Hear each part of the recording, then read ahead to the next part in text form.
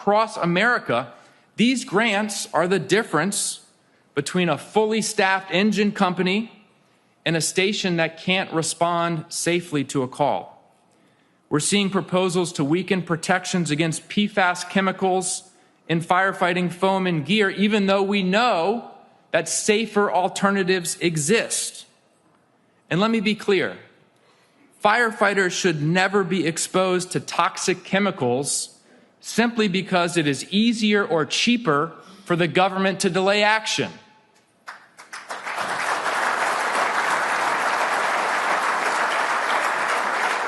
The men and women who protect this country deserve better than uncertainty about the programs that protect their health, their safety, and their departments. And I will continue working with the IAFF to defend these programs and make sure the federal government stands with firefighters, not against them. President Kelly mentioned several pieces of legislation that I'm working on, one of which is the Federal Firefighters Families First Act. Right now, federal firefighters, where's our federal firefighters? Let's get a round of applause from these guys. Federal firefighters are denied credit for overtime pay when their retirement benefits are calculated. Think about it.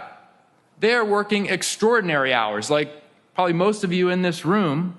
They're protecting our military bases, particularly important right now. Federal buildings, critical infrastructure, and they're being told that the pay they earn doing the work doesn't count toward their retirement. That is not right. It needs to change. It needs to change. Another critical issue, and you all know this, is occupational cancer. And at the 2023 IAFF Fallen Firefighter Memorial, 63% of the names added to the wall were firefighters who died from occupational cancer. 63%. The World Health Organization recognizes firefighting as a Category 1 carcinogenic exposure, the same classification as smoking tobacco or unprotected radiation exposure. And look, this is an issue that hits close to home in my community, and I know communities across the country. Last week in Fairfax County, we lost Master Technician Raul Perla after nearly 28 years of service due to occupational cancer. That's why I'm proud to support the Honoring Our Fallen Heroes Act to recognize occupational cancer deaths as line-of-duty deaths and provide benefits to surviving families, for Raul's family and every other family impacted by occupational cancer.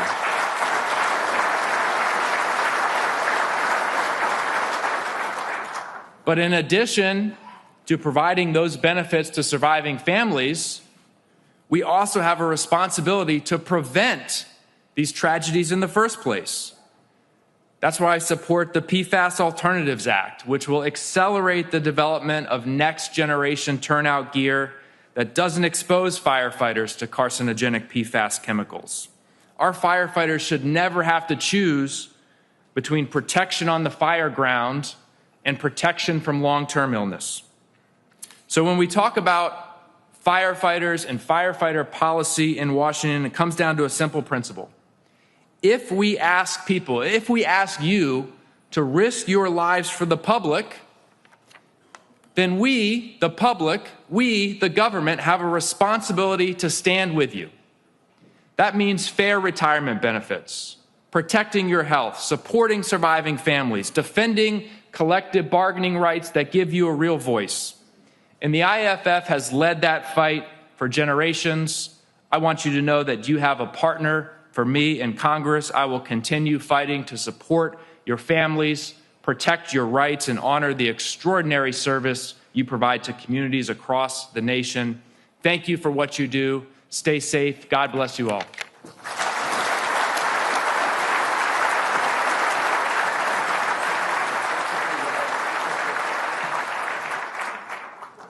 Our next speaker has been one of the IAFF's most reliable partners in the United States Senate. Since coming to the Senate in 1996, Senator Susan Collins has played a role in many of the major advancements affecting our profession. She helped establish the AFG and SAFER grant programs, supported multiple expansions of the PSOB benefits, and has led to improved cancer screening and prevention for firefighters. In 2024, Senator Collins was the key Republican lead in the fight to repeal the WEP GPO, working with the IAFF to finally end a policy that unfairly reduced retirement benefits for thousands of firefighters and other public servants. Most recently, she helped secure recognition of occupational cancer under the PSOB program. As co-chair of the Bipartisan Congressional Fire Services Caucus, Senator Collins has also helped lead one of Congress's largest caucuses and keep the focus on protecting firefighters in the communities we serve. Please join me in welcoming a true friend to firefighters, Senator Susan Collins. Senator. Thank you so much, Senator. Thank you for being here. Thank you so much. What a pleasure it is to welcome America's great firefighters and paramedics to Washington, D.C. I'd like to extend a special thank you and recognition to the firefighters from the great state of Maine.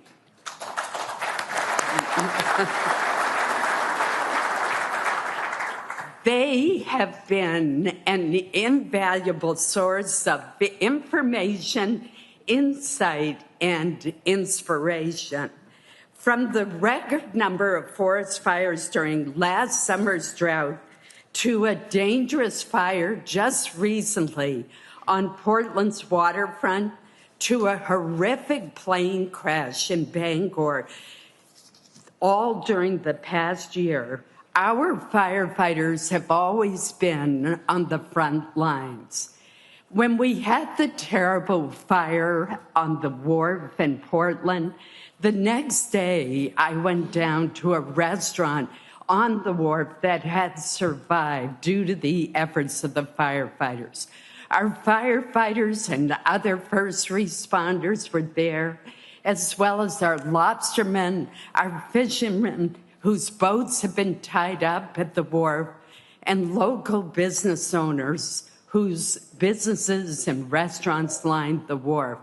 And I am so proud of our firefighters, and I'm so proud that I secured the funding that made possible a fire boat that was able to go out on the water, spray underneath the wharf, and help the firefighters rescue boats that were tied up at the wharf.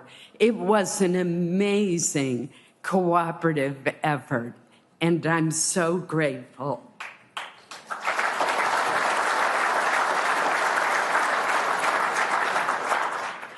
Then there's the community service done by our firefighters, such as Operation Warm to provide winter coats to children in need, the Fill the Boot campaign to fight muscular dystrophy, and the ongoing effort to educate the public about the dangers of carbon monoxide poisoning.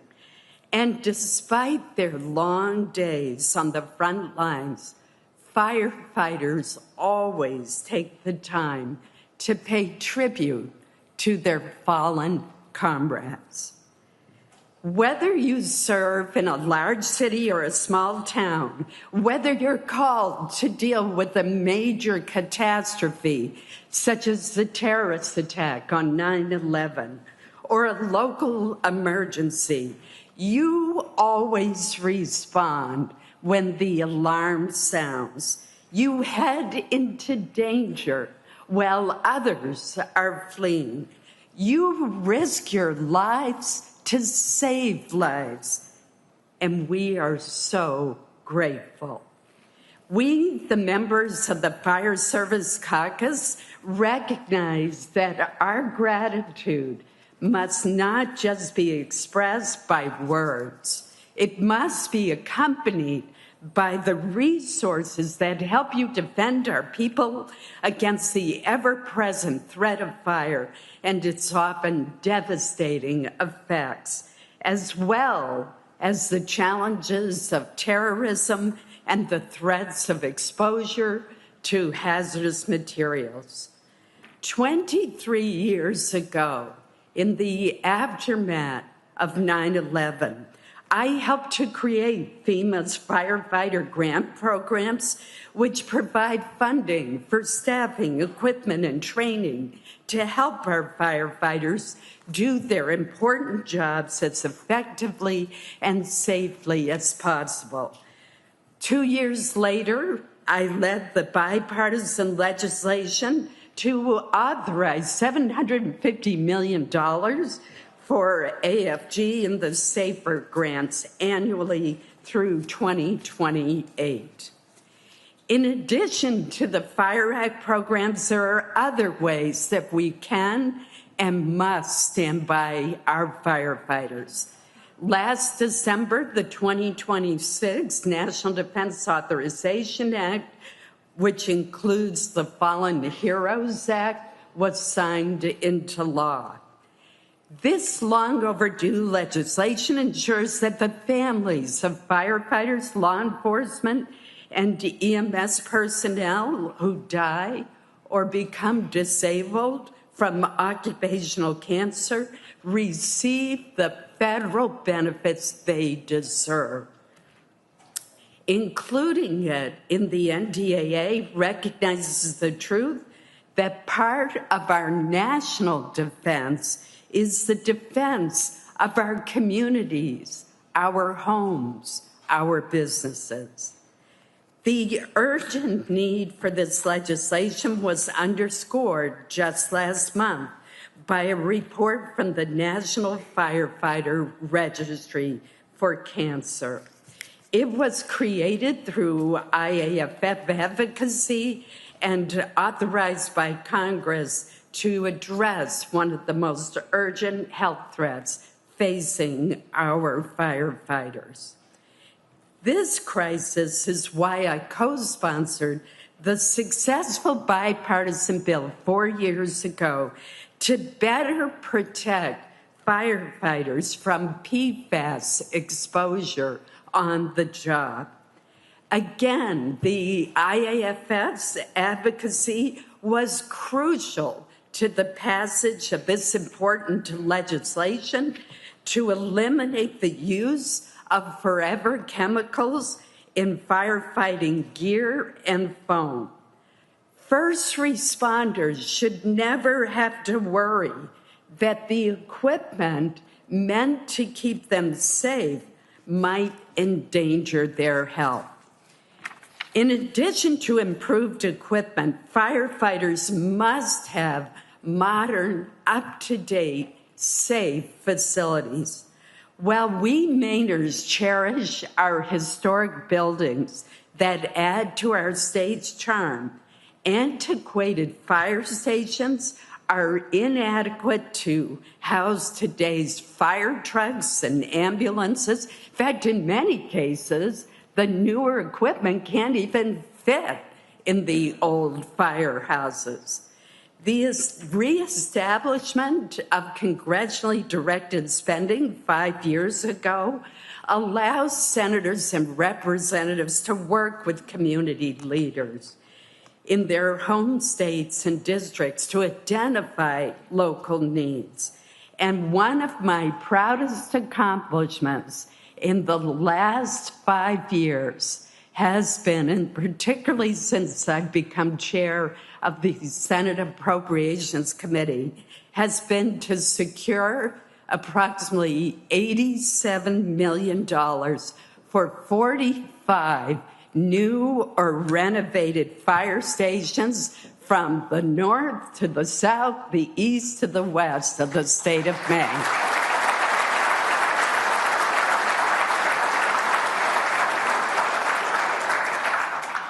Finally, firefighters deserve our support after they hang up their helmets.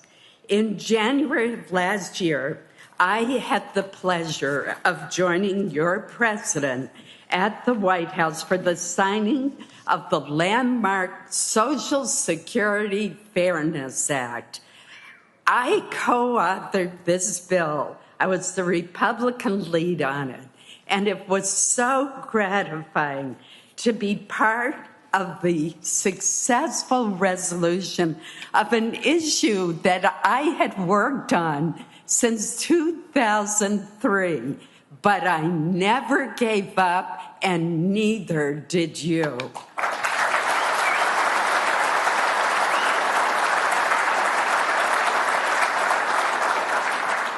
And I'll tell you, when I am in the grocery store and someone comes up to me, whether it's a retired firefighter or paramedic, police officer, school teacher, or school custodian, and tells me that this bill, by repealing two very unfair provisions in the Social Security Act, has made the difference between their just getting by in their retirement and a comfortable retirement.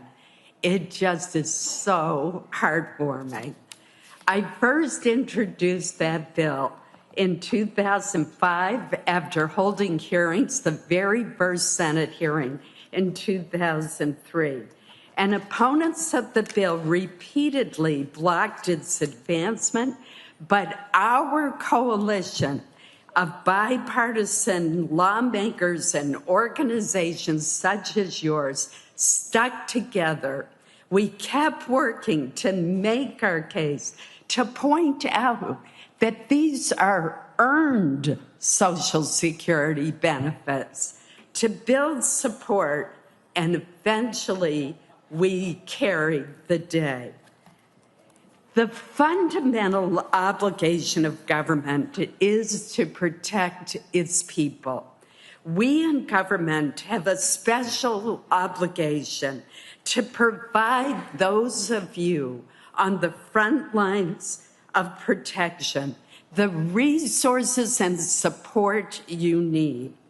It is such an honor to work so closely with you, to develop policies and legislation to ensure that the courage our firefighters demonstrate every day is never taken for granted and is always honored. Thank you so much for all that you do. Thank you. Thank you. Thank you.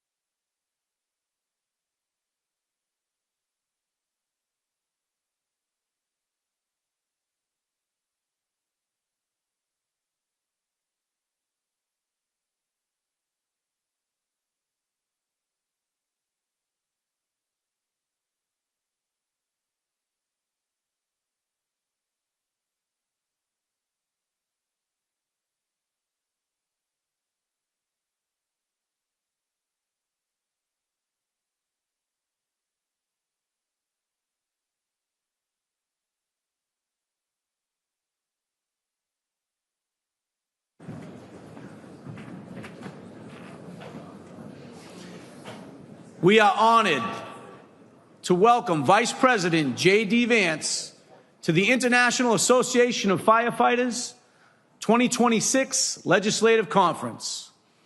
Vice President Vance has stood with the IAFF on issues that matter most to firefighters and their families. When the passage of the Honoring Our Fallen Heroes Act was in jeopardy this winter, the White House made it clear that they would stand with the families of our fallen, and they went to work. The White House removed every stumbling block that was put in our way. Occupational cancer is now recognized as a line of duty death, and federal death and education benefits are given to the families of our fallen because the Trump-Vance administration's steadfast support got it there. The administration has also backed our federal firefighters, protecting the collective bargaining rights of our 16th district members. As a senator Vice President Vance was a strong supporter of the Social Security Fairness Act. After the 2024 election, when he was Vice President-elect, he returned to Washington and urged his Senate colleagues to pass the bill restoring dignity in retirement for millions of public servants. He supported the reauthorization of AFG and SAFER grants, programs that help fire departments hire firefighters and keep their communities safe. After the train derailment in East Palestine, Ohio, Senator Vance worked with the IAFF and rail safety unions on the Railway Safety Act, bipartisan legislation to strengthen rail safety and improve hazmat training for firefighters. Before entering public office, then Corporal Vance served this country honorably in the United States Marine Corps, including a tour in Iraq. Brothers and sisters, please join me in welcoming Vice President of the United States, JD Vance.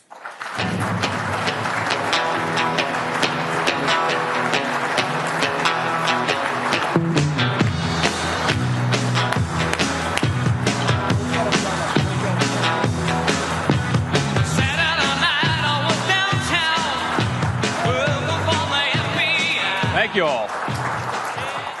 Thank you so much, Ed. It's great to be here. It's great to have you in our nation's capital. I always say to everybody, this is a very big group. I can't see any of you because these spotlights are glaring bright.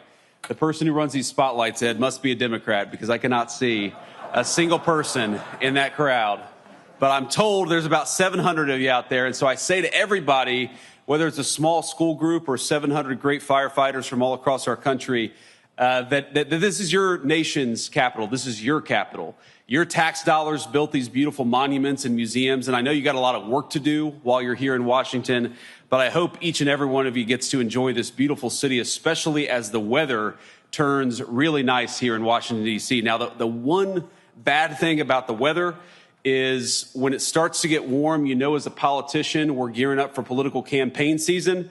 And I'm probably as sick of politics as you all are, so that's the one downside. But I hope you enjoy this beautiful spring weather and enjoy your nation's capital while you're here. We're thrilled to have you. And I just want to say thank you so much to Ed and to the entire team at the International Association of Firefighters.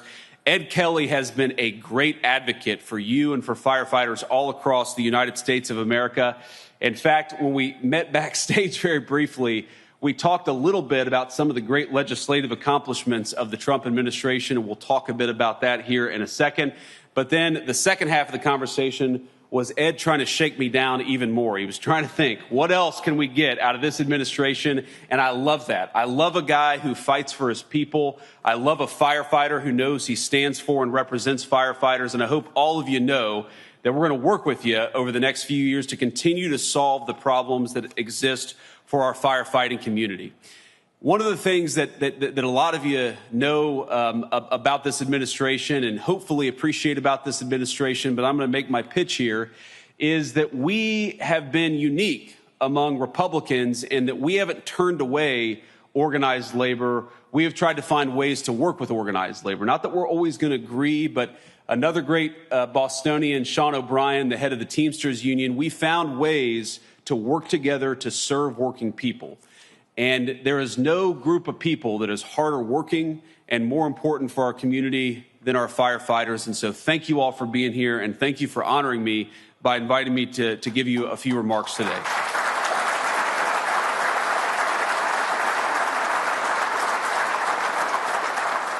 Now, before I get into some of my other remarks, I want to just start on a slightly somber note here, because on a personal level, I was honored to be able to participate in the dignified transfer of 6 American soldiers who were killed overseas in this conflict with Iran.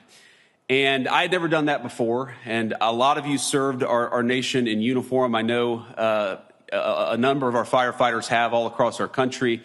And I just want to say that if you are the praying type, and I certainly am, I hope you'll spare a prayer for the 6 souls that we lost, for the 7th soul who will be coming home tonight, and for all of their families. You all know better than almost any category of Americans what it means to put on a uniform and to sacrifice for our country. And so I hope you'll share a moment of prayer for our brothers in arms, for your brothers in arms who keep this country safe in their own way, just as you keep the country safe in your particular way.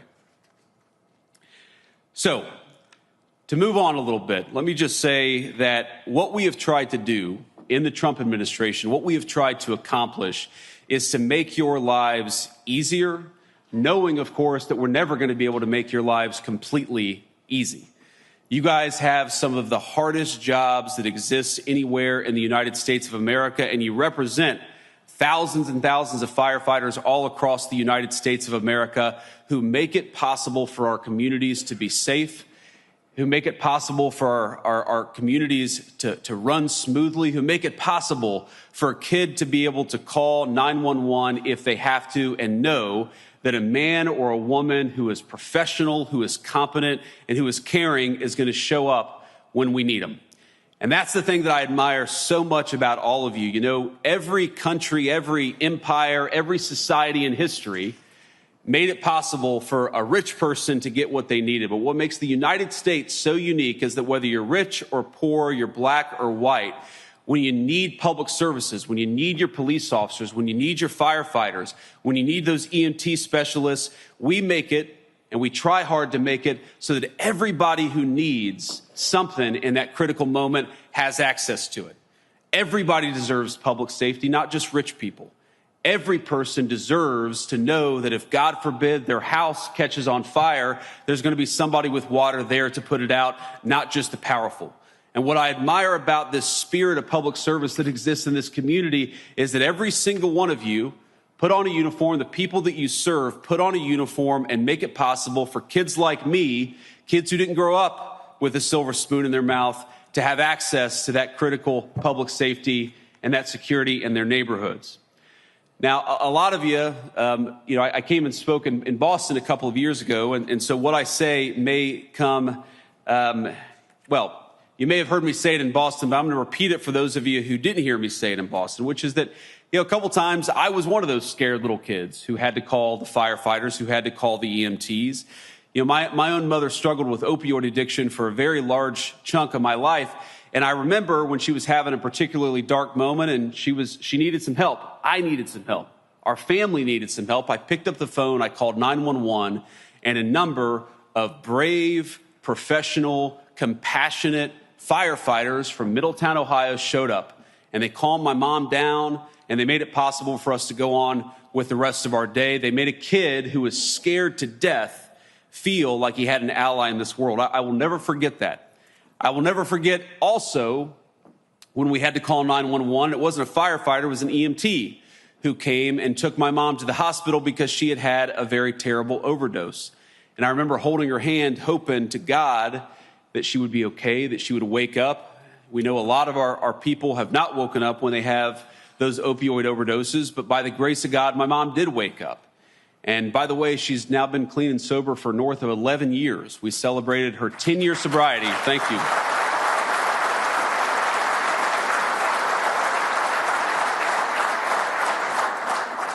We celebrated her 10 years of sobriety in the West Wing of the White House. What an incredible testament to the American dream that a woman I thought would never live to meet my children is now the best grandmother to those children that they could ever ask for, and we celebrated that sobriety in the People's White House. But that moment, the many moments of second chances that we've gotten with my mom, and I love you, Mom, if you're watching this. She probably is. She watches everything. I don't know why, but she does. But Mom, we would not have gotten that second chance were it not for the firefighters all across our country, for the EMT specialists all across our country who make it possible for second chances again and again and again.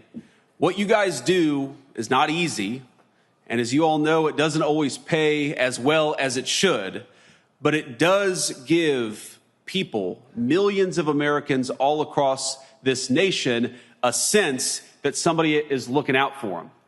And that's one of the reasons why I love what you do, why I'm so honored to be here, is because you are the glue that holds so many of American communities together.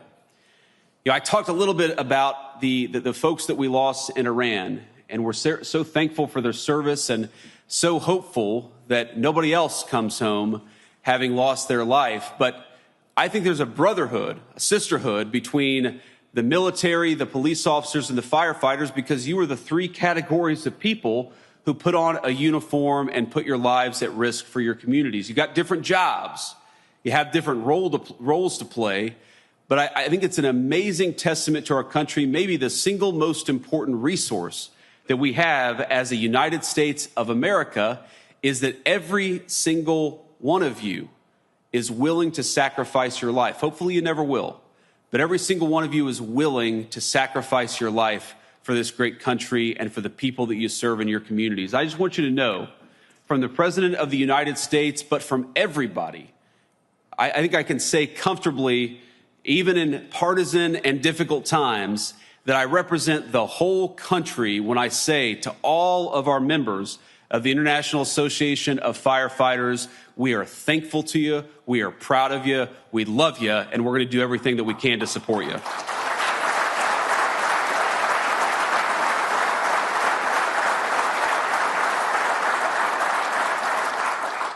Now, let me talk just a little bit about what it means to really support you, because I think it's important. It's of course important that the Vice President stand up here and say how grateful he is, and I certainly am.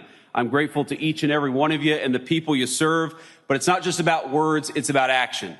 And that's one of the things I'm proudest about this administration, is that we have actually backed up the pride and the support and the gratitude that we have for all of you with very meaningful action. You heard Ed talk a little bit about the Social Security Fairness Act. Well, one of the reasons why that happened is because the President of the United States, and I believe it was even before the inauguration, the President of the United States made sure that congressional Republicans stayed on top of that legislation, and we worked to get it done. That happened because of presidential leadership.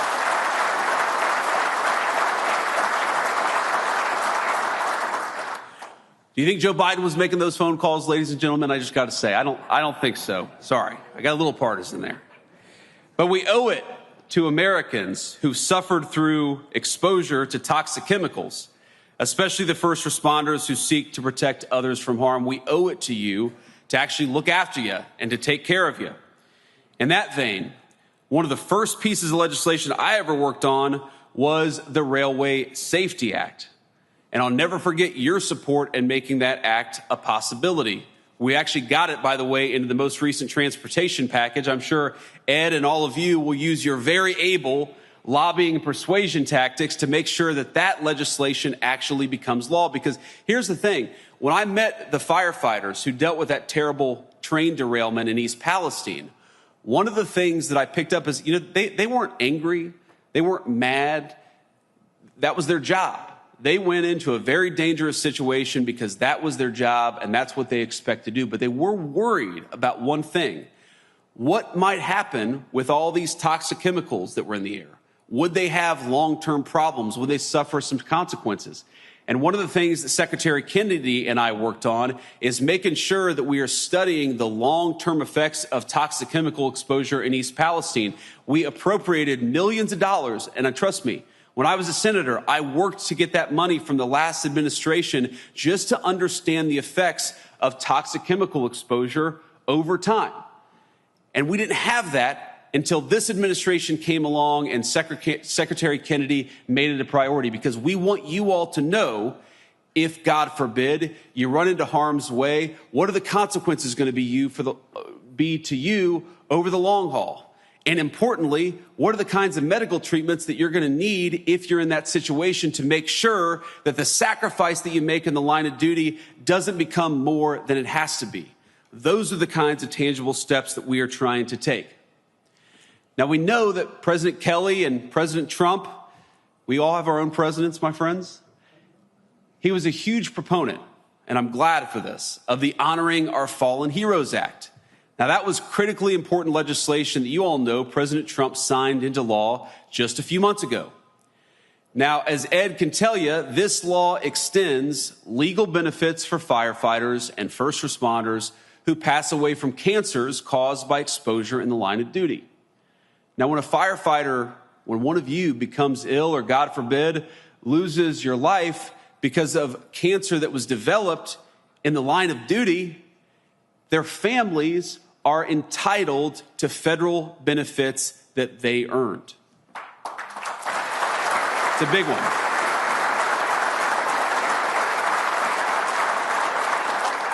Now, I say they already earned them because we owe it to Americans who suffered through exposure to toxic chemicals, especially the first responders who go into harm's way to protect others from harm. That is what this administration is all about. Making sure that the Social Security system treats you fairly, making sure that you get the benefits, or if God forbid you pass away, your families get the benefits that you deserve, making sure that we take care of the people who take care of us. That is the legacy of the Trump administration when it comes to our firefighters, and that is a legacy that we're going to keep on building on over the next 3 years of President Trump's leadership.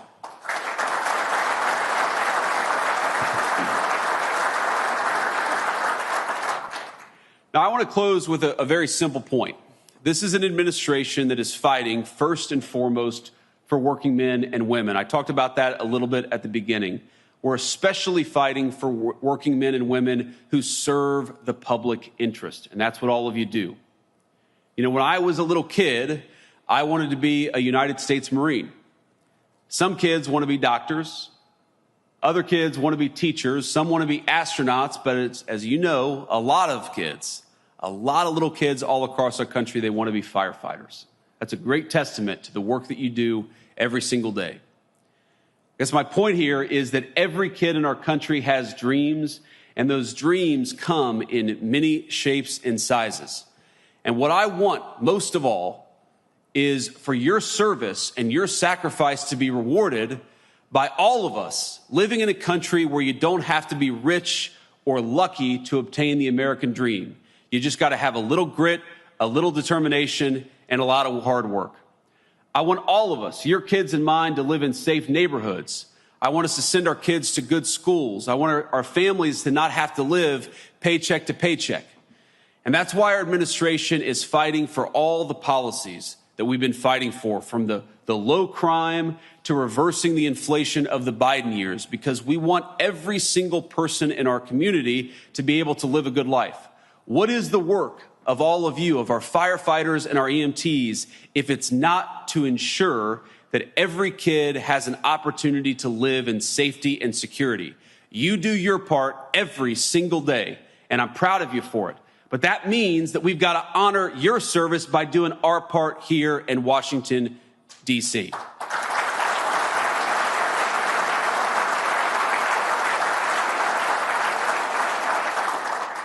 So let me just say that all of you deserve to live in this great country, and all of us in this administration are proud to stand shoulder to shoulder with you as we rebuild the United States of America. I want you to be proud in your country, because I know that your country and your president are very, very proud of you, and we're grateful to you. Thanks everybody, and God bless you.